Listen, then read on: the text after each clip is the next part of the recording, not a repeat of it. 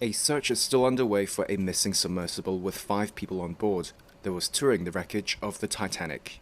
British billionaire Hamish Harding is among the missing, according to social media posts. US and Canadian ships and planes continued to circle around the site near Newfoundland on Monday. Crews on board a Boeing P-8 aircraft, originally for anti-submarine warfare, dropped sonar buoys to locate the vessel, which lost contact with ships above on Sunday. US Coast Guard Rear Admiral John Major said they've also been reaching out to commercial vessels for help. The location of the search is approximately 900 miles east of Cape Cod in a water depth of roughly 13,000 feet.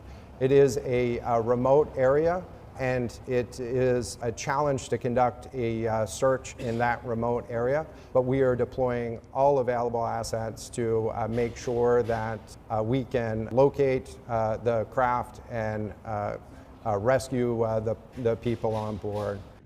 The submarine operator OceanGate Expeditions said it lost contact with the vessel itself called the Titan 1 hour and 45 minutes after it began diving towards the Titanic.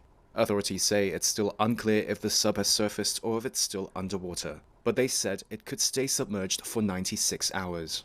Titanic historian Larry Daly said on Monday he was hopeful the missing sub could be found.